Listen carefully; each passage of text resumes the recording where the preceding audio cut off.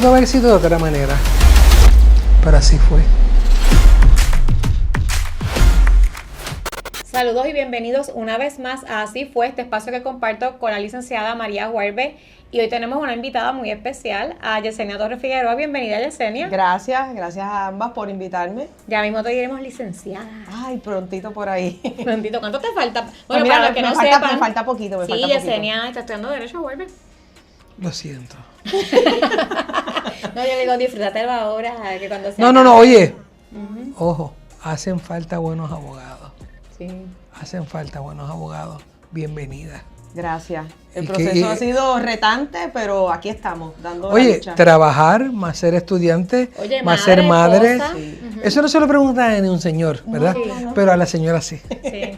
Ha sido retante. Mira, y cuéntanos, porque tú tienes hasta una maestría, fuiste profesora de periodismo, o sea, ¿qué te da a ti a estas alturas de la vida? Pues mira, es que desde que estaba en la escuela superior, uno pues está explorando, ¿verdad? Los profesores te van orientando y te van guiando y van buscando qué realmente es lo que tú deseas hacer cuando tú termines para este campo profesional. Y entre las muchas opciones y los deseos siempre estuvo la abogacía. Obviamente pues requiere que uno primero haga su bachillerato y luego del bachillerato pues entonces uno puede tomar estos exámenes y entrar a la escuela de Derecho, que no es nada fácil, sí. Ustedes lo saben. Sí. Y pues ciertamente uno tiene muchas situaciones de vida. Lo económico juega un factor importante, así que dentro de esas circunstancias en el plano profesional, laboral, en el que fui desempeñándome por más de 20 años, que todo el mundo sabe que ha sido el campo del periodismo, una carrera que amo y atesoro. Y empezaste jovencita. Sí, empecé. Oye, iba a decir, rompe ese pacto con el diablo y ponte vieja, porque parece una nena. Gracias. Los que no la han visto en persona tienen un goodie espectacular. Espectacular. Gracias. Pues nada, pues decidí hacer esta maestría en el área de las comunicaciones, porque siempre pues ha sido el área donde me he desempeñado, pero sin abandonar esas metas que tenía. No me gusta dejar nada inconcluso. Dar clases como profesora fue otro de las metas que tenía, ¿verdad? Y gracias a Dios, pues sí se dio. Oye, y en una universidad, en el Sagrado Corazón, se caracteriza porque eso es uno de los programas, ¿verdad?, por el que más se reconoce. Y fue un reto, porque fue durante la pandemia, dar clases en línea, cuando todavía no se sabía muy bien qué iba a pasar. Dar periodismo investigativo tampoco es una tarea muy fácil. Tomar unas clases para poder hacer lo que tenía que impartir a los estudiantes, que eran más de 30. Eran 3 horas en línea, así que... Y en ese momento cuando nadie sabía manejar el Zoom, así que tuve que adiestrarme a través de plataformas ¿verdad?, en línea también, para poder pues experimentar ese reto. Y pues se pudo hacer. Acá, y me imagino que ahora ¿verdad?, como estudiante de Derecho, que ya está, ¿en qué año me diste ahorita? Estoy en tercero, entro ahora, por favor. O sea, que ya has tenido que entrar en esta parte de coger probablemente investigación jurídica, hacer research y demás. ¿Cómo tú entiendes que tu base, porque yo me di cuenta que mis compañeros que venían de bachillerato de áreas de contabilidad, ingeniería, que son bien cuadriculados, el derecho se les hacía complicado? O de educación, era como yo venía de sistemas de justicia, o sea, y venía de trabajar de una firma legal que uno de mis jefes era un ex juez del Tribunal Supremo, o sea, para mí la escuela de Derecho no fue algo ajeno a lo que yo había estudiado y había hecho. Sin embargo, pienso que a lo mejor a ti como periodista y que ya tienes Derecho con una trayectoria, ¿tú entiendes que, por ejemplo, en esa parte de la investigación, tú sientes que estás como pez en el agua?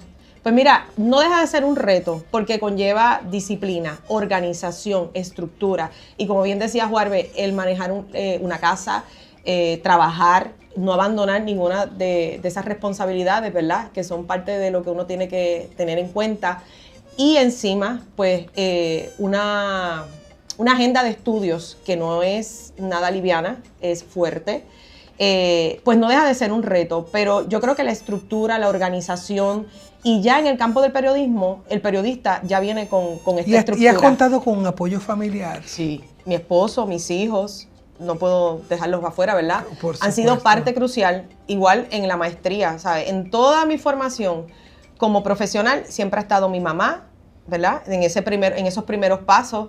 Sin ella, pues realmente nunca hubiese podido culminar mis estudios en periodismo, y siempre, ella lo sabe, le estoy eternamente agradecida, pero también, mamá de campo, estudia y lucha para que en el mañana, ya ustedes saben, no te den la patada. Esas eran sus expresiones. Y eso como que se quedó siempre aquí, bien marcado.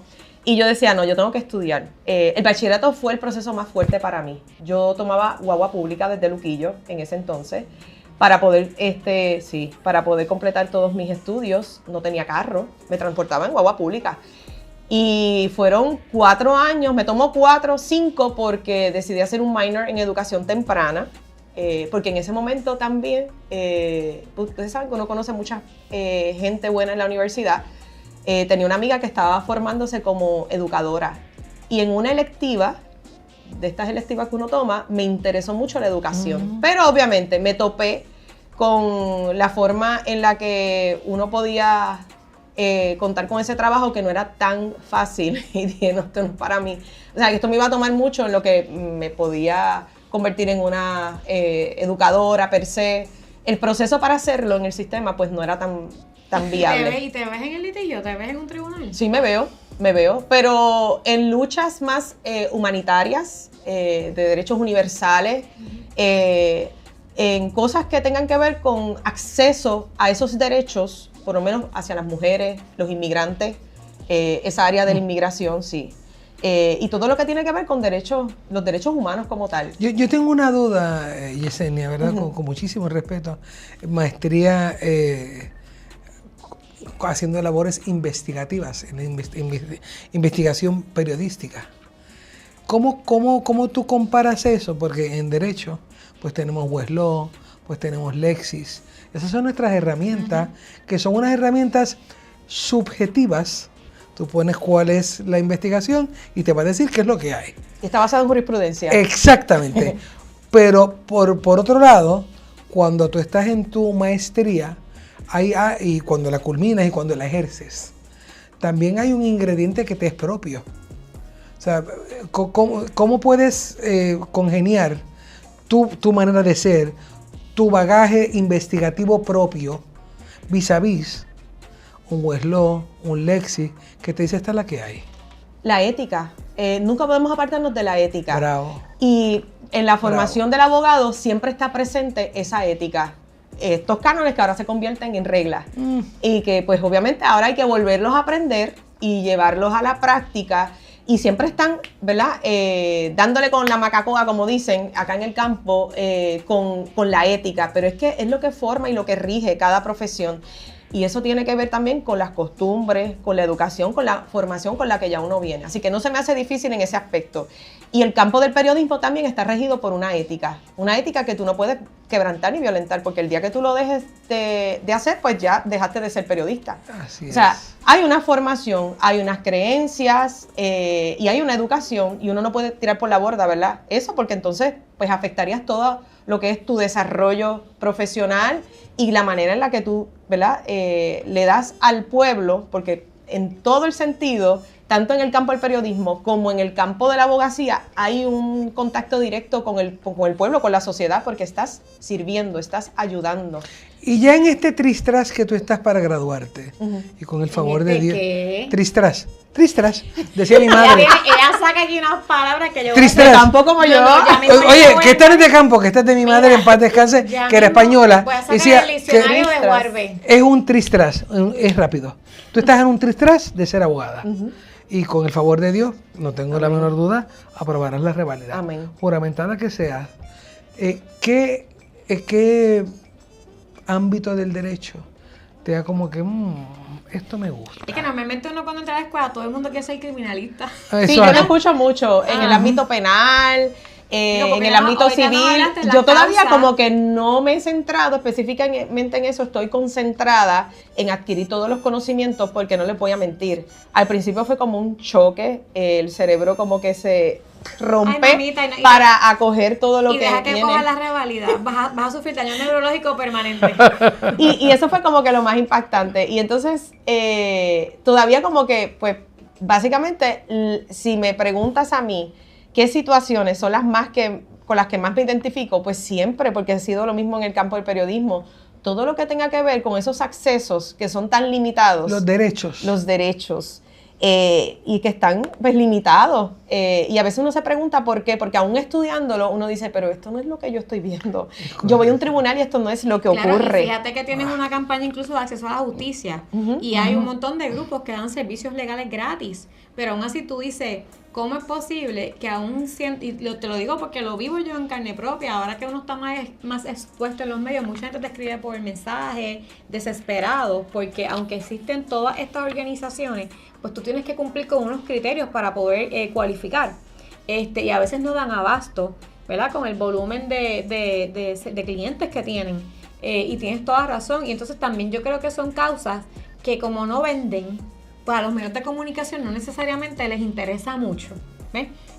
Como lo que dijiste ahora de la inmigración, yo creo que aquí lo que estamos viendo ahora mismo todos los días en las noticias es la redada. Yo creo que es más la desinformación. Si tenemos a un país más educado y estamos viendo ciudadanos, porque si te fijas, los medios sí están trabajando estos tópicos y estos temas bien importantes. La inmigración, obviamente, pues siempre se pensaba que solamente eran nuestros hermanos dominicanos, pero tenemos muchos más personas con estatus migratorio no definido, ¿verdad? Como ellos lo identifican, pero todos somos personas. O sea, todos tenemos derecho a tener un hogar, tenemos derecho a tener acceso a salud, tenemos derecho a tener alimentos. O sea, eso no tiene que ver con el estatus. Bueno, por lo menos hasta donde yo revisé en Caribe, el globo terráqueo, no había ningún titular.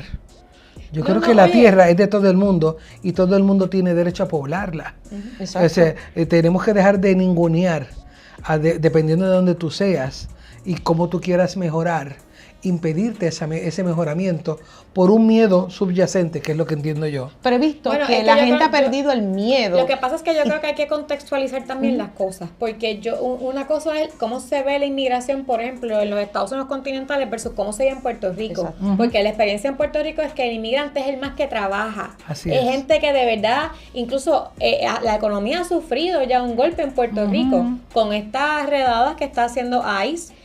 Porque esa es la mano obrera que ningún puertorriqueño quiere ocupar. O sea, y en ese sentido, pues no es igual, pienso yo, ¿verdad? En mi punto de vista, cuál el inmigrante que hay aquí versus el que necesariamente no está en Puerto Rico. Eso por un lado. Por otro, yo estoy de acuerdo contigo que la prensa sí, o sea, es el tema ahora mismo del momento, pero es el tema dirigido a lo que está haciendo ICE, a lo que las agencias de gobierno ahora están, mira, todo el mundo escondiéndose para no darle servicio, y yo creo que la discusión tiene que ir a cómo los vamos a ayudar, porque las peleas de gallo en Puerto Rico están prohibidas también por legislación federal, sin embargo aquí nos hacemos todos de la vista gorda, y eso no es ningún problema, y el salir en defensa de las peleas de gallo, todos los legisladores están ahí en primera fila. Ahora, los inmigrantes es como que, porque es que perdemos fondos públicos, a mis federales, es que eso es otra cosa, porque eso ya viene Estados Unidos y no tenemos. Y oye, yo nunca había visto a un director de ICE que le hicieran tantas relaciones públicas a los medios de comunicación en Puerto Rico como la señora que está ahora, honestamente. Exactamente la misma que acaba de decir, que persona que interfiera se le radicarán cargos criminales. Y a eso iba. Entiendo que los ciudadanos no se han dejado amilanar, conocen bien sus derechos porque el acceso a las redes sociales, el acceso al internet, y decía, ¿qué pueden hacer los comunicadores? Pues específicamente eso, formarse, educarse, buscar más información. ¿Qué tipos de visas existen? ¿En dónde yo puedo conseguir esta información? El mismo Departamento de Estado Federal te indica a ti y te define qué tipos de visas existen, para quiénes están disponibles, pero estamos en un momento, ¿verdad?, que por una orden, una directriz federal, están ordenando, ¿verdad?, buscar a estas personas con un estatus migratorio no definido, y se los están llevando a todos a pesar de que tengan estas visas en proceso, las distintas existentes. y no nos olvidemos de la última decisión, de las más recientes del Tribunal Supremo, una sentencia flash, tristas, en un momento. Anteriormente, personas con independencia de su estatus migratorio que naciera en Estados Unidos era ciudadano americano. Ya no. O sea, bueno, se le está delegando a los estados para ver cómo van a cumplir con lo que ellos están diciendo. O sea, esa es la realidad. O sea, aunque es constitucional. O sea, lo que estamos viviendo son unas cosas sin precedentes que nadie, ni en las pesadillas más salvajes, pudo haber pensado que esto iba a ocurrir en los grandes Estados Unidos Bueno, el de primer cantazo que Norteamérica. cogió la gobernadora fue precisamente Así es. ese, porque ella hizo unas expresiones en la campaña. Y sé que las hizo de corazón. Claro, para recabar el voto dominicano, y al final del día, pues pareciera que lo que dijo, ¿verdad? Iba contrario a todo lo que estaba ocurriendo. Y nuevamente, la impresión, ¿verdad? Mía, es esa, que el gobierno ya levantó las manos con ese asunto y no vamos a mover un dedo por intervenir en eso. Y ahí es que yo sí pienso que los medios de comunicación deberían ser como un poco más incisivos en ese sentido. Y estoy totalmente de acuerdo contigo que ahí es igual, Yesenia, la opinión mía de Juarbe es en cuanto a la ley 54, la violencia doméstica, la violencia de género, es el hecho de que cada vez que hay un feminicidio, eso es como una crisis nacional, y hay que correr a impulsar legislación al garete ahí sin evaluarla. Y nosotros nos hemos puesto a hablar, si la gente supiera que la crisis en términos de víctimas en Puerto Rico, la gente que más sufre, los que más son nuestros nenes, son nuestros niños, son los menores de edad, pero son los que menos visibilidad tienen en los medios por las confidencialidades de los procesos que involucran, porque a la vez que el caso cobra un poquito de relevancia mediática, te imponen además una orden de mordaza. Y yo digo, de verdad, si los feminicidios, que no es que yo esté minimizando la causa, es algo por lo que Juan y yo aquí hemos dedicado horas del programa, si eso es tan importante, Dios mío, si se dieran en la luz pública, los casos que Juan y yo vemos todos los días en el tribunal con menores de edad, oye, ¿y sabes qué? No es nada más que el maltrato de mamá y papá, es el maltrato, el abuso institucional, refrendado a veces por el mismo Poder Judicial. Entonces, esas son, por ejemplo, yo te diría, yo te digo que el número, yo me atrevo a apostar, que la población más maltratada en Puerto Rico no son las mujeres, son los niños. Son los niños. Y en ese sentido, pues, yo me he pasado analizando con María que uno pudiera hacer en términos de esos casos, porque obviamente la confidencialidad para un menor de edad es importante. Lo es, igual que lo es para una víctima de violencia doméstica. Pero hasta qué punto eso realmente está protegiendo al niño o a la víctima o al Estado. O sea, y eso es un tema que yo creo que amerita en más discusión pública. Yo entiendo que las órdenes de mordaza deberían estar reguladas por la ley, no a discreción de un tribunal, que dependiendo incluso de la pelea que tú tengas a veces, ¿verdad?, con el mismo juez, puede incidir en cuán restrictiva, porque ellos no tienen una guía, un informe. Hay quienes a veces te dicen una orden de mordaza, pero eso no es una orden. Del contenido de lo que tú lees, no es una orden, y hasta parece una tontería, porque es que ya el caso es confidencial. Así que en ese sentido, yo creo que la prensa hace es un factor aquí determinante, y es el tema por el que te invitamos hoy. Por eso es que le llaman a ustedes el cuarto poder. Pero es un poder que todos los ciudadanos tienen. Eso también es bueno hablarlo, el poder que tiene el ciudadano, porque es un derecho constitucional. Así es. A solicitar, a pedir esa información que se le brinde, que no solamente recae en la prensa, y siempre pensamos, el cuarto poder es la prensa, sí, es la prensa, pero ese poder viene de que se le otorga al ciudadano como tal, si lo ejerce, si lo lucha, si lo exige a través, ¿verdad?, de ese poder constitucional. Pero sí, la prensa tiene un poder, pero ese poder siempre viene de acuerdo a cómo ese ciudadano, ¿verdad?, se acerque, y ahí venimos a lo mismo. Si siempre mantenemos esta ética, el ciudadano se va a acercar, va a hablar, te va a pedir y te va a confiar cierta información que en muchos casos destapa y produce que se logren muchos cambios como lo que estás hablando. Si se acerca una madre que quiere que un caso se agilice, que lleve 2 años en un tribunal de familia, en una investigación, y no se agilice ese proceso, ¿cómo puede hablar si tiene una orden de mordaza encima? El Estado, ¿verdad? Oye, o un padre. Y si no la tiene, a la que sale y hace las expresiones, en menos de 24 horas tienes en la otra parte una solicitud de orden de mordaza. Entonces, algo interesante, en hace unas semanas vimos al papá que consigue una orden de protección a favor de su hija, y en 24 horas la señora se va a Mayagüez y consigue una orden también y le devuelven la custodia, y ni un juez sabía lo que había dispuesto el otro, y este joven en su desesperación se graba un video que sube a las redes, el video se va viral y al otro día él estaba en todos los medios de comunicación. 3 horitos después le habían devuelto a la niña, intervino el departamento de la familia. Si ese señor no hace eso, si él no sale a los medios y él hace esa denuncia, sabrá Dios qué hubiese pasado con su hija.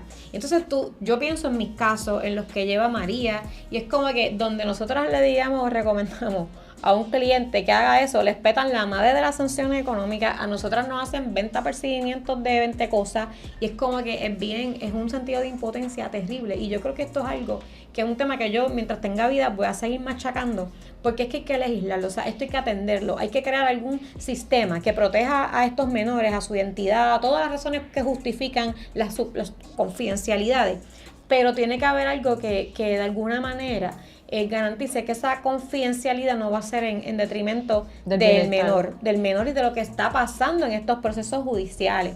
Así es que ese caso yo creo que pone en relieve esto que estamos hablando. Y surge también esta interrogante mía, no sé si tú la compartas. Yo a veces yo he tenido la impresión de que hay como algún tipo, no sé si la palabra sea guerra o qué sé yo, entre lo que es un periodista versus un reportero. Y entonces a veces tenemos programas de entretenimiento cubriendo, por ejemplo, tribunales, dependiendo si es el caso del momento. Y entonces tú sabes que para que ustedes puedan tener cierto acceso a la información y ciertas, ¿verdad?, para que usted esté protegido, tienen que estar cumpliendo con los requisitos de ley para que se les considere prensa, ¿correcto? Y no necesariamente todas estas personas que hacen intervenciones, y ahora con los medios digitales menos todavía, eso es algo que a mí me han dicho que es correcto, no es correcto. Básicamente que si cualquier persona puede ejercer. No, esto que tú eres periodista, pero usted es periodismo, correcto, y pues y así por esto tú tienes credencial.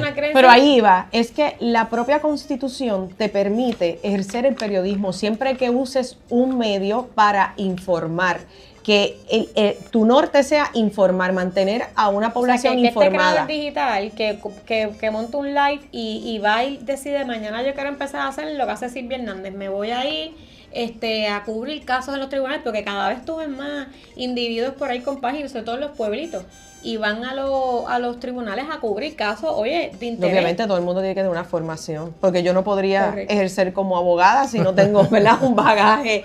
Pero obviamente en términos de las protecciones que tú como periodista tienes, por el hecho de que estás vaqueada por un canal, una cadena internacional, que tienes, ¿verdad?, una credencial, te protege igual a ti la ley en términos del trabajo tuyo, que así mañana a mí me llamaría montar un crew e irnos a cubrir noticias la sombrilla siempre va a ser la Constitución. Okay. Esa libertad de prensa que la tiene el pueblo, o sea, porque es que la tiene el pueblo, y por eso es que digo, el desconocimiento es lo que nos mantiene enajenados.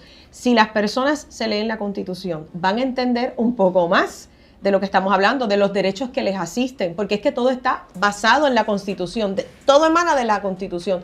Si entendemos de dónde vienen esos derechos, yo creo que no hay tanta confusión y todos podemos, ¿verdad?, ejercer nuestros derechos sin violentar los de otros, que es donde viene la interrogante que tienes. La libertad nos cobija a todos, la libertad, pero tiene unos límites, no es amplia. Y eso pues es conocido. Así que todo derecho constitucional tiene restricciones de tiempo, claro, lugar y manera.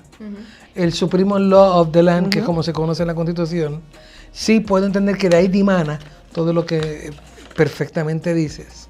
Pero las personas tienen también que conocer lo que están diciendo. Porque las redes, yo hago un live ahora y digo que soy la dueña del puente de Brooklyn. Obviamente estoy llevando a las personas a error. O sea, hay que ser, y ahí retornamos a la loseta de la ética. Tenemos que ser éticos con lo que hablamos. Exacto. Y si tú me preguntas a mí, nunca hubiese dejado de estudiar periodismo, porque ya es una base. Y esa base es la que da, ¿verdad?, el fruto y el resultado de todo. Por eso mismo, porque tienes que conocer la ética de lo que rige cada profesión. Es igual que en la abogacía.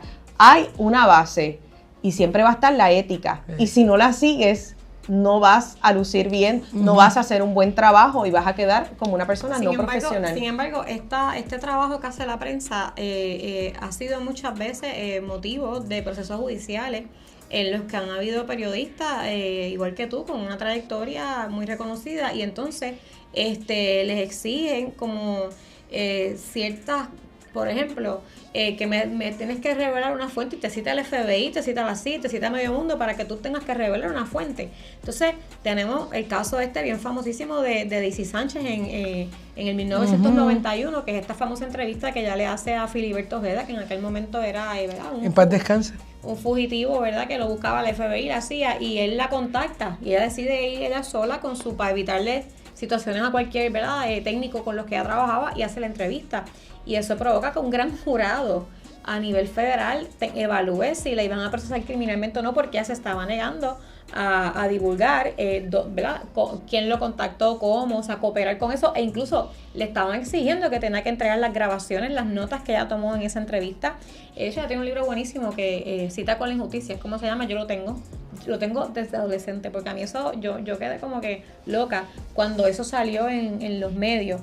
Y entonces algo que pareciera, como tú lo planteas, como algo lógico, porque la Constitución nos garantiza la libertad de expresión y la libertad de prensa, algo que pareciera lógico, de momento tú dices, hay un montón de casos a nivel ya del Tribunal Supremo de Puerto Rico, teniendo que entrar a definir quién es prensa, quién no es prensa. Tenemos ahora una junta que te da un carnet que te identifica como prensa o no, y sujeto a eso te limitan la entrada a ciertos lugares.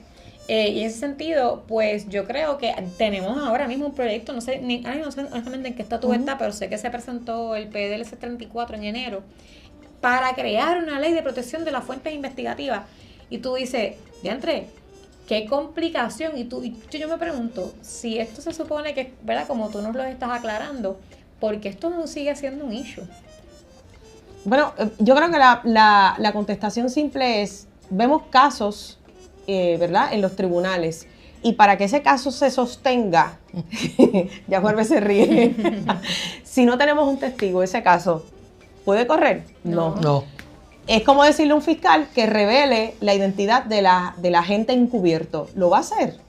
No, yo me pregunto, ¿revelarían la identidad de un agente encubierto? ¿Antes o después del funeral? Bueno, esa es la interrogante. Entonces, claro, ¿por qué pedirle, verdad, a los periodistas que tengan que revelar a quienes entrevistan? Lo que pasa es que eso afecta incluso el hecho de que la información salga a la luz. Porque si eso se torna en una práctica, nadie va a querer hacer ninguna denuncia. Exactamente, pero es que no lo vemos solamente en el ámbito del periodismo. Les traigo el ejemplo del ámbito judicial. Y esa es otra situación de desconfianza, bueno, que también limita a los ciudadanos a ir a ayudar para que muchos crímenes... Mira la chica del albergue de los testigos. No, espérate, pero fíjate, eso que ella dice, el ejemplo para mí ideal sería los que están grabando en las calles los eventos. A todo el mundo es periodista ahora. Que querían entonces ahora legislar para que el que tomó el video tenga que obligarlo a tener que servir de testigo, porque obviamente si no se puede autenticar la grabación, pues no va a entrar nunca en evidencia. Que tú tenías el secretario de Justicia en este país diciendo que eso no era correcto, y yo le decía, hasta a mí me va a dar algo, porque como que no, o sea, las reglas son claras en cuanto a cómo tú autenticas una prueba digital, y más en estos tiempos de la inteligencia artificial. Eso retoma una relevancia para mí mayor. Y entonces era como que, pues vamos a legislar para que todo el que grabe pues tenga que venir forzosamente a servirnos de testigo para poder. Entonces, tú decías, pues nadie va a grabar, nadie va a hacer nada, porque es que ¿para qué? Van a seguir grabando, no lo subirán. No lo van a subir, claro, pero tú dices, ¿para qué? Porque entonces esto es ya otro tema, pues no hablemos. Si quisieran hacerlo voluntariamente, todo el tiempo que van a perder de sus vidas en un tribunal, es que dilatando, en derecho tú fundamentas, en el periodismo tú atribuyes. Esa es la similitud. Qué interesante. Sí. No lo había pensado. Porque la información tú la tienes que sustentar. ¿Con qué tú sustentas tu argumento? Pues fundamentando. Claro, en el periodismo yo tengo que atribuir. Yo no puedo soslayar la información y sacármela de ningún lugar, ¿verdad? ¿Cuán importante? ¿Ven las similitudes? Hay muchas similitudes en el campo de la abogacía y en el campo del periodismo. Y qué interesante, ¿Qué es el periodismo investigativo, Yesenia? Pues mira, es un periodismo más profundo que el de día a día, para que la gente lo pueda entender. Día a día, pues, cuando me refiero a día a día, tú sales, tienes una asignatura y no puedes profundizar con el detalle que tú quisieras ciertas historias. Por ejemplo, el de un crimen. El de un crimen, pues, necesita que tú tomes más tiempo para lograr unas declaraciones de muchas personas, de algunos testigos, ¿verdad?, que pudieron presenciar y ciertamente quieren hacerte declaraciones, pero no quieren salir en cámara, pues se les da una protección, como el Estado le da una protección, ¿verdad? Ahí estoy viendo las similitudes. Y pues tú dices, este trabajo me sirve para desarrollar un tema adicional. Como una historia. Como una historia, pero Es más correcto. agrandada. La misma historia que tú ves todos los días, pero más agrandada. Como ahora vemos el problema, ¿verdad?, que le catalogan el problema de los huileos. Hace 2 años yo hice una serie investigativa sobre esta situación. En la ley de tránsito no dice que es un delito huilear. O sea, lo que habla es de manejar de manera irresponsable, ¿verdad? Pero hay que ver los elementos. Lo que pasa es que irresponsable es tan amplio. Por lo tanto. Y entonces, pero para eso son los informes investigativos. Buscas distintas personas que puedan abundarte sobre ese tema y el periodista pueda atribuir a esas personas, como en el derecho, buscamos los tratadistas para poder atribuir. Ay, qué bien. Los tratadistas. Qué bien. Esas son las similitudes, ¿verdad? De esa misma manera yo lo voy organizando, ¿verdad? Para poder entender toda esta situación, pero es lo mismo. En el periodismo usamos la pirámide invertida, en el derecho también se utiliza, pero lo único que va desde lo más importante hasta lo menos importante. Es lo mismo. Se cuentan historias. Las mociones, las demandas son historias de hechos reales que han sucedido. Los reportajes son situaciones reales que estamos buscándole una solución. Distinto al ámbito legal, pues se espera por una directriz, ¿verdad?, basada en algo que ya está establecido, y en el ámbito del periodismo se espera por una acción, se espera por un cambio. Creo que se logra un poco más, porque se logra que la población se informe, que conozca, que confíe en el trabajo del periodista. También el apalabramiento se logra que sea digestivo. Exacto. Que lo pueda entender, porque tú quieres llegar a la mayor cantidad de personas, de personas y que entiendan. Porque tú podrás llegar al mundo entero, pero si no te entiende nadie, no hiciste nada. Y son personas que quieren ser escuchadas. Es correcto. Y esto parece una pregunta ridícula, pero ¿cuán importante es esa fuente? Sumamente importante. O sea, por eso, o sea, tú entiendes como periodista que en realidad ahora mismo tú te sientes cómoda si tú tienes un ejemplo como un fugitivo por ahí, que todos los días es la primera plana en los periódicos, de irlo a entrevistar sintiendo que vas a estar protegida. Sí, yo me siento... Sí. O en realidad es que no te importa. Éticamente nada me va a detener a hacer el trabajo como periodista. Lo que pasa es que tú tienes una vocación. Claro. Porque eso es vocación pura. Es vocación pura. Es que cuando tú haces tu trabajo bien, el que nada debe, nada teme. Eso es un refrán súper popular y conocido. ¿Pero tú entiendes que esa legislación no haría falta? Nunca está de más que las cosas se legislen. Lo que pasa es que hay que tener cuenta con los conceptos y los términos. Pues es que vivimos en una cultura de y entenderlos bien, porque a veces son, como dice Warbe, muy amplios y no específicos. Oye, y vivimos en una cultura de litigio. Aquí la gente todo lo quiere resolver con demandas. Y entonces a veces yo me pregunto, y sobre todo porque en los últimos años hemos visto que es con más frecuencia que tú ves los medios de comunicación en demandas involucrados. ¿Cuándo tú en la vida hubieses imaginado que un medio informativo, precisamente por llevar la información, iba a acabar demandado? Al nivel de que esta no es la primera asamblea legislativa que presenta legislación porque para proteger fuentes de información. O sea, evidentemente alguna situación hay que ha llevado asamblea tras asamblea a ver la necesidad de legislar. Lo que pasa es que todavía no lo han logrado, no han conseguido, parece que los votos para eso. E incluso entiendo que también las organizaciones periodísticas estaban orientando de la mano y habían específicamente, creo que lenguajes, conceptos que no se ajustaban a la protección específica que se busca o que se desea en el ámbito del periodismo. Pero yo creo que no hay que temer, no hay que esperar por alguna legislación. Siempre que uno haga el trabajo éticamente, correctamente, como está establecido y lo que se espera, no hay por qué temer. No hay por qué paralizarse, no hay por qué dejar de hacer trabajos investigativos. Básicamente es información que el propio afectado te brinda, con documentos que la misma persona afectada te brinda. O sea, no hay nada por lo cual el periodista deba temer.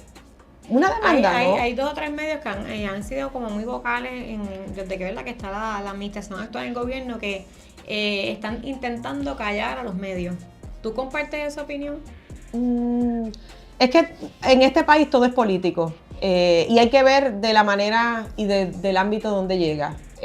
Yo he hecho mi trabajo, he trabajado en distintos medios. ¿Alguna vez alguien no te ha querido entrevistar en el gobierno, por ejemplo, que tú has ido como que te han mandado a cubrir algún incidencia? Fíjate, no he tenido situaciones donde no me quieran dar la entrevista.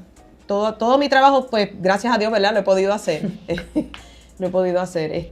Y nada me ha limitado, te digo, de verdad. ¿Y cuando has hecho periodismo investigativo, te han negado alguna información?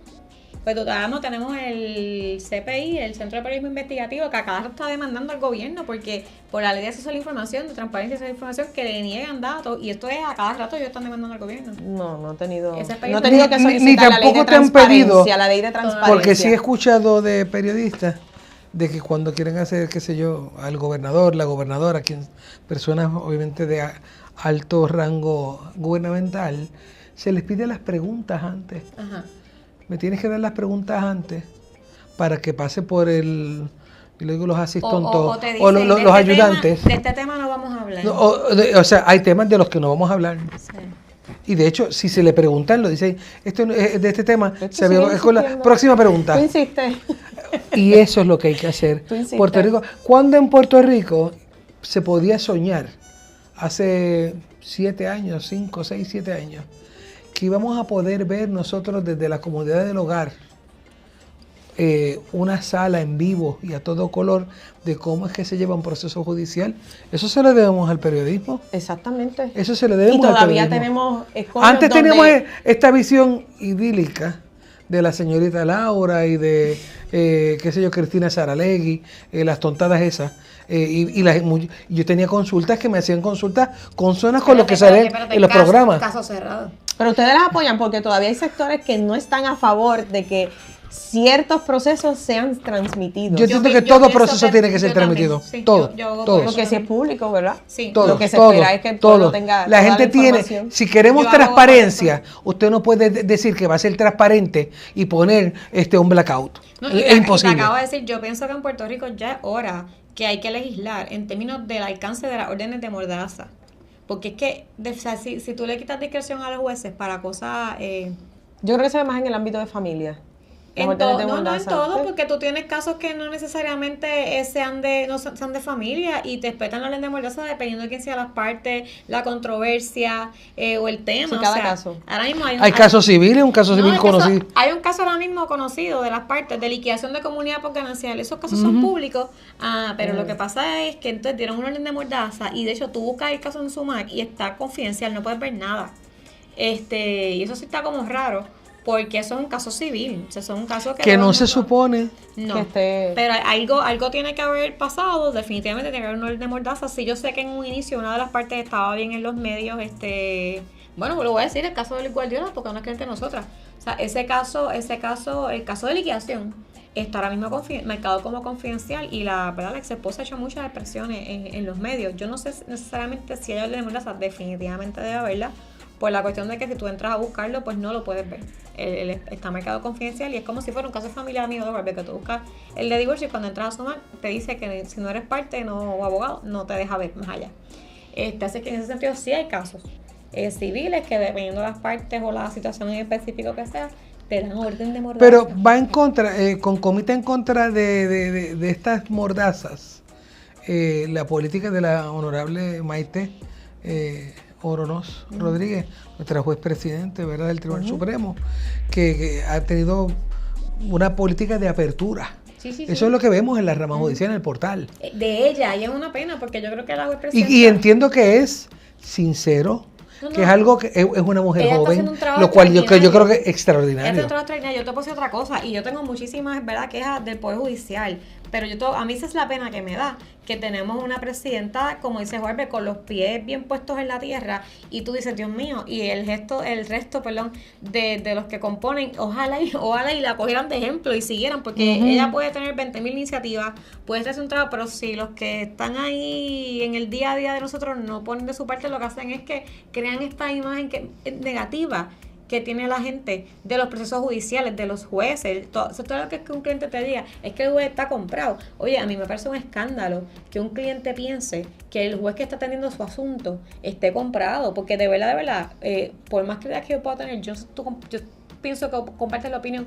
Los jueces con los que yo postulo me da mucho trabajo pensar que se venderían por dinero, honestamente, con todas las 20 diferencias que uno pueda tener con ellos. Pero tú decir pero después tú ves en otros casos otras cosas que tú dices, ay, Dios mío. Y es como triste tú ver a esta jueza que preside el Tribunal Supremo haciendo este esfuerzo brutal de traernos al nuevo siglo, a adelantar la tecnología en el Poder Judicial, a favorecer que esto sea todo, y tú estás luchando contra corriente. Entonces yo sí pienso, yo ahora hace poco tuve un caso de familia que se pide una orden de mordaza y tú dices, el caso es confidencial ya, pero está bien. De hecho, es una requete mordaza. Sí, pero entonces, de hecho, el juez a quien se le pide originalmente hace una determinación que no tiene nada que ver con orden de mordaza, pero la otra parte entiende que es una orden de mordaza. Y surge una situación y yo tengo que, le imputan a quien yo represento una violación y yo tengo que entrar a expresarme en torno a esa alegada violación que se le imputa. Y yo empiezo a hacer research porque la realidad es que yo digo, Dios mío, no, aquí no hay nada legislado, o sea, y lo que dice la regla en los casos de familia en cuanto a la confidencialidad es lógico, que es para los funcionarios, es para ese tercero, que es parte del proceso por la labor inherente que hace los abogados, los funcionarios del tribunal, no para la parte. Tú como parte tienes, como tú dijiste ahorita, el derecho a expresarte, a tu intimidad, a tu privacidad, y si tú decides, por la razón que tú entiendas, renunciar a eso, lo deberías poder hacer. Máxime si tú entiendes que este proceso está siendo abusivo para ti, para tus hijos. Entonces, cuando yo me pongo a investigar, es que incluso en Estados Unidos lo que hay, la poca legislación que hay, es en el ámbito obviamente del derecho penal. En Puerto Rico es a nivel federal, lo que hay es el caso de Wanda Vázquez, que se pide una mordaza. Y todas las expresiones en todos estos escenarios dice, cuidado, porque la orden de mordaza es inconstitucional. Y para tú poderla, oye, y es de las pocas veces, y ya como estudiante de derecho la habrás podido ver, hay un montón de controversias que tú tienes 20 decisiones de la apelativa y del Supremo que dicen cosas distintas. Y es de esos pocos temas en los que coinciden, ¿verdad? Estos distintos a nivel federal, que coinciden en que tiene un viso de inconstitucionalidad tremendo.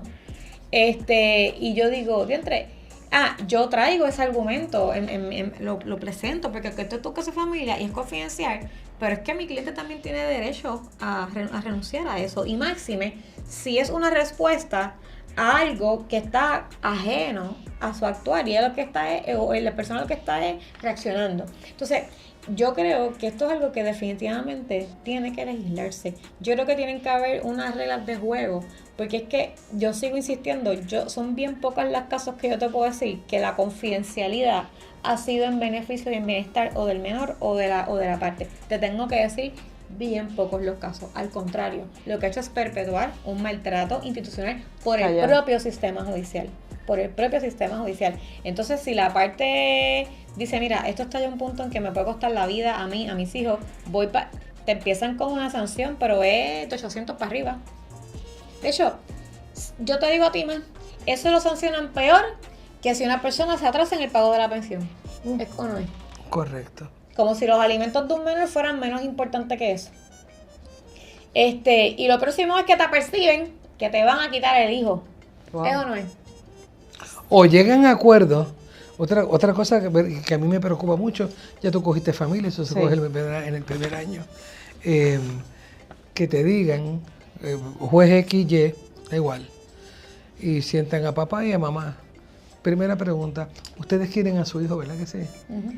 ¿Qué van a decir ambos? Claro. Obviamente, y claro que lo quieren. Y yo debo entender que ustedes pueden tomar decisiones en el bienestar de su hijo, porque yo me entrevisté con él y él lo que quiere, la pregunta que me hacen todos los hijos aquí, es cómo usted puede hacer que mis papás dejen de pelear. Y si eso no ocurre, pues yo voy a tener que tomar la decisión de que ni con usted ni con usted, yo voy a llamar al departamento de la familia para que se haga cargo del menor. Wow. En ese momento, el papá o la mamá le van a estipular que derrumbaron las Torres Gemelas. Es verdad. Y y yo entiendo que eso hasta cierto punto es como una coerción, porque ¿de qué te están diciendo? Te voy a quitar al niño. Y no están los jueces ahí para resolver casos y controversias. No, porque eso es otra, o sea, no hablemos de los comentarios que uno tiene que escuchar a veces allí, e incluso los que le dicen a puertas cerradas, los trabajadores sociales. Y tú dices, esto es algo que tiene que salir en los medios de comunicación, porque es un abuso, es una arbitrariedad, es una cosa terrible, que, incide en lo más importante de nuestra sociedad, de nuestra niñez. Lo último que se había hablado de los trabajadores sociales es que podían o que estaban propulsando grabar esas entrevistas. Yo creo que eso sería factible para esos estudios sociales que se hacen. Deberían hacerlo. Porque muchas veces hemos tenido la experiencia que cuando tú llegas y lees el informe en la entrevista, que eso no fue lo que yo les dije. Exactamente. No, o tú te entrevistas con el cliente después de la entrevista con el trabajador social, conforme el protocolo de las normas y procedimientos, y te dice, pues pasó esto, y la TS me dijo esto, o el TS me dijo esto. Y cuando sube el telón, baja el telón, tú tienes un informe que tú dices, diablo, pero esto debe ser otro caso. Porque esto no fue lo que mi cliente me dijo que ocurrió. Porque no hablemos de los copy and paste, que se quedan cosas de otros casos. Con otros nombres. Aparecen otros nombres. Y a mí me da como un derrame cerebral cuando yo leo esto y yo digo, imagínate, si esto, que es algo como que para mí es lo más fácil, tú darle un proofreading. Mira, yo me río, pero es que es algo serio. Me río de sarcasmo porque es algo Pero imagínate si es el hijo tuyo. Preocupante. El hijo tuyo que se le está definiendo su futuro y hacemos hasta un copy-paste, desvirtuamos lo que se dijo, la alegada investigación que se hizo no fue una investigación en cantidad y calidad que se supone que se haga. Y eso produce un resultado. Dice, pero es que esto no se atempera a la realidad. Tardan. Entonces tú dices, pues voy a impugnar. Derecho tienes. Y la impugnación te la dan para 4 meses después. No, oye, y hay algunos que te acogen provisional en lo que se ve la impugnación. Y si de verdad hay una situación que amerita, pues se fastidió. Es algo y lo subes para el apelativo. Y el apelativo, porque obviamente es un certiorari, cuya expedición sabemos que es discrecional, y la regla 40 es una puerta mágica para no atender el recurso. Porque no hubo un aviso de discreción, si se le está garantizando que se va a impugnar. ¿Cuándo? Y mientras. ¿Qué hacemos? Y ya hay un caso que actually tú tienes que algo que ver, que es normativo, que las decisiones provisionales no son revisables, porque eso es provisional. Eso es provisional, pero provisional lo que puede estar determinando es que en los casos de menores, que es lo que yo siempre digo, el tiempo es clave porque siguen creciendo. El bienestar. Tú no puedes parar el tiempo y siguen creciendo y muchas cosas tornan académicas y a veces les causas un daño irreparable, irreversible, que los va a marcar para el resto de su vida. Entonces, aquí esto nunca se cobra dinero, que yo puedo estar 3 años arrancándome los cantos contigo. Esta es la vida de un niño. Esta es la vida de una niña. Y aquí nos estamos jugando a la sociedad puertorriqueña de aquí a 10, 15, 20 años. Entonces, en ese sentido, yo estoy a punto de darle casos de familia, de verdad, porque es que yo me voy a buscar un día de esto. Porque yo... Me lo ha dicho. ¿Sí? Y de hecho, yo he coqueteado y decir, quizás lo estoy haciendo mal. Porque a veces uno dice, tú le echas las ganas, le echas la ética, vas conforme el libro, conforme lo que uno va aprendiendo, y con un resultado que cuando el cliente te pregunta, licenciada, es que yo no entiendo, y que yo le digo, tú sabes lo que pasa, es que yo tampoco te lo puedo explicar. Pero es que te voy a decir una cosa, Yesenia, hay muchos abogados incluso que cogen los casos porque este es nuestro trabajo y tienen que vivir de algo. Yo no cojo un caso en el que yo no crea. ¿Por qué? Porque ese caso que yo cojo, yo me voy a arrancar los cantos por ese cliente, te lo puedo decir esta. Yo me la voy a jugar toda. Y si no me puede ni pagar, que te diga, María, la cantidad de veces que yo he seguido trabajando el caso, porque si yo creo en tu caso, si yo creo que tú tienes, yo me voy a matar contigo por ir para abajo. Es que ese no debería ser el fin de los casos de familia. Pues no. Recordemos que el Tribunal Supremo de Puerto Rico dijo que el éxito de un abogado no se mide por lo abultado de su cuenta bancaria. Te voy a decir más, esta me empezó tanta controversia, tanta tirante en los casos de familia cuando lo que se está yo siempre le digo al tribunal el bienestar de los menores. El tribunal de familia, que es una sala especializada, el enfoque más que legal, sabemos que tenemos estatutos, tenemos códigos, tenemos reglas, todo lo que queramos, pero tenemos un enfoque social en esa parcela de poder de un tribunal. Afuera hay un mundo vivo. Afuera, una vez que salimos de ahí, nos vamos a odiar más de lo que nos odiábamos cuando entramos. A menos que se le dé un enfoque social. No pueden haber vencedores ni vencidos. Que pierdan ambos, pero que gane el menor. Ese yo creo que tiene que ser el norte, con lo que se llama por el Tribunal Supremo, perdón. La estrella polar es esa, no es otra. Mira, te voy a decir más, esta empezó a quererme por un caso que nos estábamos matando, cuando yo me di cuenta que mi cliente era el problema. Oh, wow. Y eso yo se lo ahí me ganó, porque es raro, hay abogados que saben que el cliente le está mintiendo. Y yo le estaba pasando y siguen. En ese momento ella dijo, yo le estaba pasando el rolo a ella, porque cuando yo me salí del caso se le viró la tortilla. La única abogada que enderezó ese caso X fue ella. Y yo, en ese momento, yo estaba en una situación en el caso que yo no tenía que hacer más nada, porque ya yo le había conseguido lo que él quería. Esta era la que seguía, joroba que te joroba. Pero a la que yo me di cuenta que en realidad el que estaba haciendo el problema aquí era el de mí, el que yo estaba representando. Yo no puedo, sabiendo que hay unos niños que yo lo estoy viendo, por ganarme unos cuantos pesos, yo seguir fomentando algo que no estaba bien. Y yo lo traté de hablar con el cliente, traté de resolverlo. Cuando yo vi que eso no iba a tener solución, cuando yo vi, de hecho me llegó a prohibir que hablara con ella, porque era como que para que no me dieran la información. Y si supiera que yo ni hablaba con María, porque ella no me soportaba. Yo le decía los buenos días, eso es que ella me era lo mismo. Yo hablaba con otra, que ella trajo para no tener que hablar conmigo. Y era como que, cuando yo me di cuenta de eso, yo me senté. Así fue. Sí, así fue. Pudo haber sido de otra manera, pero así fue. Yo me senté cuando la persona se enojó, me prohibió. Y no es que a mí ningún cliente me puede prohibir ir con el otro abogado. Y hubo esta situación, y tú sabes que yo terminé saliéndome del caso. Pues que yo, en mi conciencia, el seguir, y vuelvo y te digo, yo estaba antes en el caso, yo no tenía que hacer más nada con ignorarle a ella los mensajes que yo tenía. No, pero es que cuando el bienestar de un niño está por medio, uno tiene que ser más responsable. Y no es, tú sabes, no es por ganarte un par de pesos aquí sin importarte más nada. Y en ese caso Chantal se fue y no hablamos de ningún caso. Deben ser tres abogados posterior. El caso le ha ido en una espiral descendente terrible, porque la verdad tarde o temprano sale, pero ella lo había acomodado todo perfecto. Es la única abogada, y yo se lo reconocí a ella, la única abogada que logró poner a esta persona X en cintura y que siguiera las instrucciones al pie de la letra, fue ella. Ahora el caso está malísimo. Pero bueno para mí. Bueno, claro, pero lo que yo voy es a eso, a que los abogados, y ya digo, creo que ya después de hoy no vas a querer saber nada de familia, no te interesará dedicarte al derecho. No, ya debe ser una periodista con un deje de abogada, pero no soltarías el periodismo, pero Yesenia, ¿verdad que no? Ay, no sé qué contestarte, Juarbe. En este momento, hoy no puedes. Hoy no puedo. He tratado, pero no he podido. Porque yo creo que tú eres una periodista que te alucino de lo joven que eres.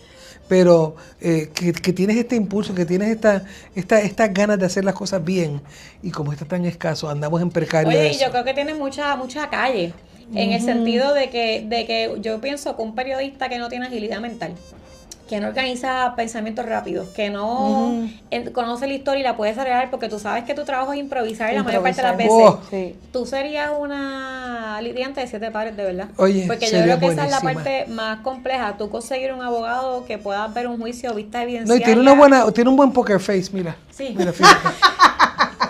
Sí, oye, es complicado. Yo te lo digo porque tengo que decir, yo a veces me da risa porque los clientes tienden a veces un poco a subestimar a uno, y yo como que tú te pones a pensar y a lo mejor te escuchas poco humilde, pero es como que ¿quién a mí me ha dado dolor de cabeza por las preguntas,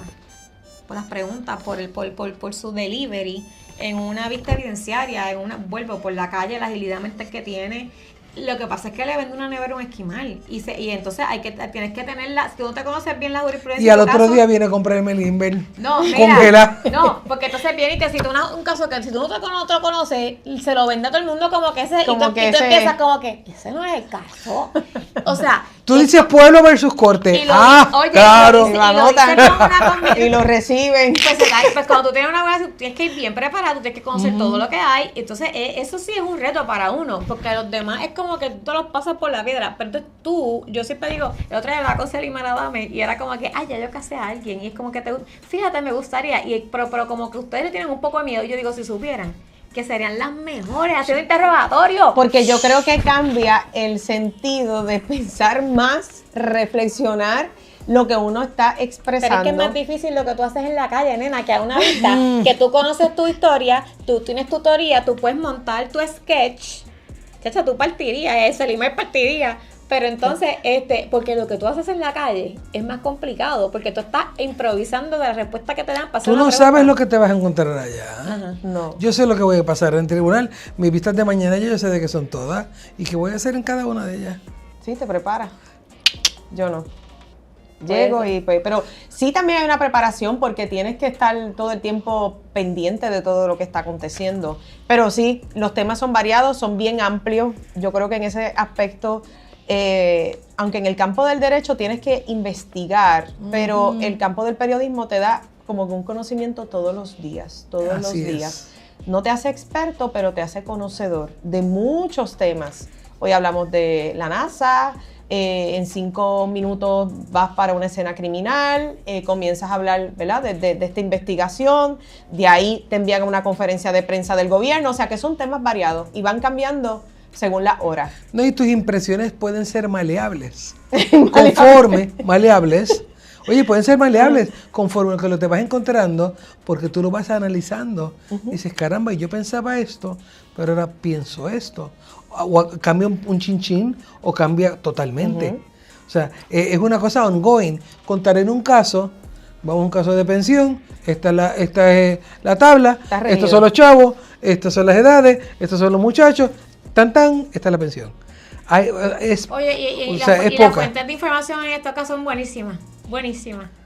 Porque ellos se toquean, se investigan. Y tú sabes lo que hay, lo que no hay y todo lo demás. Son dos campos bonitos, de verdad. Cada uno tiene su encanto. Cada uno tiene su área de trabajarlo de una forma específica y con mucha responsabilidad. Y yo creo, y yo sé que no me equivoco, el derecho está más regido y el derecho no tiene espacio para equivocación.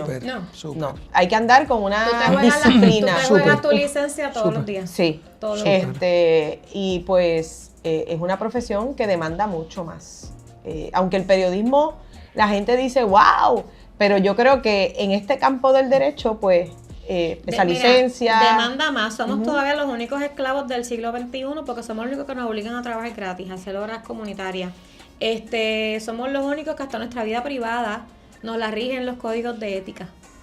O sea, el canon 38, que ya mismo pasa la historia, pero los que están ahora yo me los leí y no veo como que vaya a mejorar mucho la cosa. O sea, hasta en tu vida privada, tú a partir de ahora y más cuando tú estás expuesta en los medios.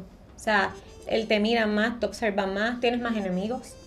Así es que Son admiradores con rabia. se hacen Admiradores Aprenderlos con a ver así, rabia. sí, son admiradores con rabia. Aletean, pero sí. al final a se lo que voy es que tú no ves a un médico con esa presión, tú no ves a un contador con esa presión. Es correcto. Sí, es Que cierto. tenemos nosotros, y como tú dices, o sea, un error de juicio. Incluso a veces tú te llenas de trabajo porque es que a veces la gente no entiende. De eso es de lo que yo vivo. Yo lo que me dijo, yo lo que vendo es Sí, que no es tiempo. uno, son varios casos. Son varios. Que Y demandan entonces- investigación, que demandan tiempo. Y a veces tienes jueces que en su existencia han visto un solo caso y no entienden cuando tú eres un sole practitioner que 5 días de término no es tiempo suficiente, que 10 días tampoco lo es, porque tú no tienes ese único Eso caso. también, esa carga de los términos. Oye, es que te tratan como si fueran los dueños de tu vida, incluso como si tú no tuvieras tiempo de recreo, de atender tu familia, de descanso. O sea, a veces yo me veo trabajando 7 días a la semana. Esta misma me dice, ¿qué tú haces? Yo aquí sacando. Ayer mismo yo tengo un recurso que se me vence al apelativo el lunes, no es de los que entro por Sumac. Pues yo ayer para poder grabar hoy domingo contigo, pues tuve que trabajar todo el día de ayer y cuando lo fui a radicar el buzón estaba cerrado. Pero si lo miras desde el Pero- ámbito de que no hay mejor arma que conocer tus derechos, y que tú puedas representar y defender los derechos de quienes los desconocen. Yo lo miro desde ese plano. Lo veo. Cute, hasta que entra la profesión. Oye, no. Oye, pero mira que después- seguirá siendo periodista porque ella nos va a informar y va a hacer un merge con el derecho. Sí. Ay, Oye, mira. no se diga más. No, yo me la voy a llevar una semana para la oficina para que ella vea cómo va el cobre de verdad. No la asuste. No hagas eso. Miren que ya yo he estado ahí, amanecida, leyendo, buscando. Disfrútatelo, porque esto es hasta que juramentes No ese se día duerme, y te es caiga cierto, el no 20 se duerme, encima. no se duerme. No, pero hasta que juramentes. Pero es es una chulo, chulería. es bonito. Sí, es bonito. La satisfacción. La satisfacción del deber Salir de un cumplido. examen y decir, Dios mío, pero es que era el artículo tal. Ah, no, y pero yo nena, decía, no, porque cuando sacas de la rivalidad, yo te prometo. Cuando yo cogí la reválida, sabes que eran 2 días, no sé si son. Bueno, Sigue cuando siendo yo la 2 cogí, días. cuando yo la cogí, 2 días. Dos depende, porque si fue notarial era un día más. En el interín, que te dejan, qué sé yo, ir al baño, tomar agua y rezar un poco, que es lo que hacemos en el baño. Y sales y, ay, decir, qué Mira, buena, si qué no buena. crees en nada y empiezas a creer. Ay, por favor. Qué buena estuvo la pregunta de obligaciones y todo eso. ¿cuál? Esa no era de registrar. Y ahí tú sabes. Y empiezan a Mira, y ahí ponerte tú la sabes. duda. ¡Oh! Sí. Fíjate, yo fui asistente de cátedra de una profesora, no sé si has cogido clase con ella en Ponce, Rosario de Pilar Fernández Vera. Todavía me toca ahora. Ok, pues yo fui a su asistente. Oye, no vas a mala mía con los profesores que nos estén escuchando, si alguno nos sigue. Eso es la mejor profesora que hay en toda esa escuela, de verdad. Y ella tiene un curso de reválida. Pionera, ¿ves? Sí, no, yo soy la católica. Ella tiene un curso de revalida, que es revalida.com, aquí vamos a darle la pauta de una vez. Y me acuerdo que como yo fui asistente de cátedra, yo no tuve que pagar, ella me lo dio, me lo obsequió. Y ella estuvo como bien comprometida conmigo con ese proceso porque ella quería que su asistente de cátedra la pasara. Después yo me enteré que tras bastidores, eso era como una competencia entre yo. Dije, menos mal que no me lo dijiste, porque tú sabes la presión que era de que todos los de los demás lo pasaran y yo no, me iba a dar como que un brain damage mayor. Y yo me acuerdo que eso fue una de las cosas, de los mejores consejos que ella me dio. Cuando tú salgas de allí, no hables con nadie. Vete para el cuarto, espera allí la hora que te toque volver, almuérzate algo con calma, no hables con nadie. Y fue el mejor consejo que me dio, porque hubo muchos compañeros que se fueron a comer juntos, y ahí lo que hicieron, o sea, eso les afectó mucho, y yo venía bien tranquilita. Yo la única que llamaba a ver a ella por la tarde, que ella quería saber el día cómo me había ido, y me daba como que el cheer up para el día después. Pero ese fue el mejor consejo que ella, y mira que me dio muchos, ese fue el mejor consejo que ella me dio, no hables con nadie, por eso mismo, porque es que yo te dije, Omita, y vas a salir y vas a pensar que te colgaste. Yo me acuerdo que yo me fui para casa de mi hermana en Estados Unidos, le dije a mi mamá, yo me tengo que ir por olvidarme de esto, porque si no, a mí me va a dar como una tortura. Y yo regresé como un día antes, algo así de los resultados. Porque es que tú sabes bien, yo no sé tú, pero yo dije, yo me colgué. Yo estaba segura que yo me la colgué, la pasé. Pero tú sabes, o sea, si tú piensas que la escuela estuvo dura los exámenes, Ay, Dios hablamos mío. cuando salgas de la revalida. Digo que yo creo que ha cambiado algo en términos. A mí ya me da ahora. igual. La mía era aquella. Sí, no, la de la tortura. Sí. Nada, pero estamos listos, estamos Pues listos. Yesenia, un placer haberte tenido Gracias. aquí. Oye, qué gusto. Yo nunca pensé que tú fueras así, pero así eres. Ay, ¿cómo pensabas, Walter? Esta ¿Por qué le dices eso a un una periodista que está estudiando Derecho? Oye, esta periodista sosona. Así como bueno o malo. Sosona. Nadie Sosona. Porque mira, seriecita en mis cosas, seriecita Oye, en te mis ves cosas. seria, Sí. Nadie te ha dado pero la tienes vuelta. un deje humano bien importante para ser buena abogada y para continuar en el periodismo. Porque se te nota que eres ridículamente humana. Pues ahí está, te fuiste, Ya, te fuiste con la ¿viste? bendición de la mamá. ¿La mamá de quién? Pues, Chica, la mamá de los pollitos. Ah, claro. Bueno, yo te digo, ella le molesta que uno diga esas cosas porque siente que no estoy diciéndole vieja, pero la realidad es que cuando yo entro a la carrera legal, ya ella era María Juárez. Todo el mundo sabía quién era María Juárez. Bueno, Y desde han que pasado- nací, soy María Juárez. Oye, ya han pasado ya 15 años, tú sabes, como que loca, estás vieja. 32 pero años está llevo. bien, pero la sabiduría y lo que has construido como carrera, pues eso es a lo que nos referimos. No me arrepiento. Supéralo. Venga. Gracias, un placer. No, gracias a ustedes por la invitación. Luego Así queremos que- Espero que se repita. Oye, sí, cuando se va a repetir, se va a repetir, hay temas por queremos que entre la licenciada. No nos vamos a despedir como siempre sin darle las gracias a Home and Patio Gallery por la escenografía que todo semana tras semana está aquí nítida. A Café Prieto, nuestros amigos de Café Prieto que nos reciben, mira, aquí con el cafecito todos los días y claro, con el shot de Harvey, más miel, que esa es, mira, la receta que vamos a patentizar. E igual todas las que quieran, bueno, no ponches a Harvey, porque hoy está despeinada. Pero las que quieran estar bien bonitas, peine y maquillaje, no se acuerden, no se olviden de Jean-Pierre al 787-454-9817.